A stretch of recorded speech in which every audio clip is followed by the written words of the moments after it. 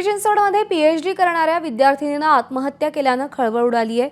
या प्रकरणी botanical survey of इंडियाचा प्राध्यापक सहाय्यक संचालक डॉक्टर ए बिन्नी यमीन याला अटक करण्यात आली आहे।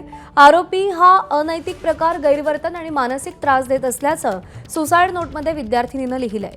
दरम्यान आत्महत्या करण्यापूर्वी 2 दिवस आधी आरोपीनं स्टॅम्प पेपरवर पुन्हा असा प्रकार करणार नाही, चूक झाली असं लिहून दिलं होतं, परंतु संबंधित तरुणी या मानसिक धक्क्यातून सावरली नव्हती।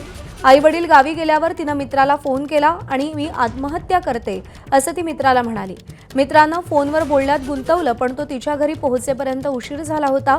या प्रकरणी विद्यार्थिनीच्या वडिलांनी तक्रार दाखल केली असून आरोपीला अटक करा अशी मागणी करत आता आरोपीला अटकही करण्यात आलेली आहे।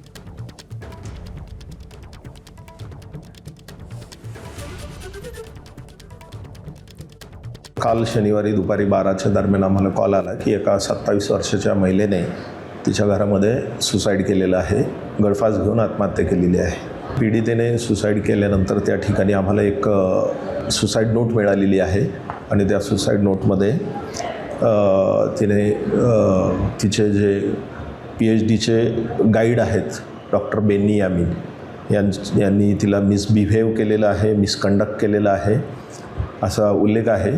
त्यामुळे आरोपीविरुद्ध गुन्हा दाखल करून आरोपीला अटक करण्यात आलेली आहे आणि तपास चालू आहे। एबीपी माझा, उघडा डोळे बघा नीट।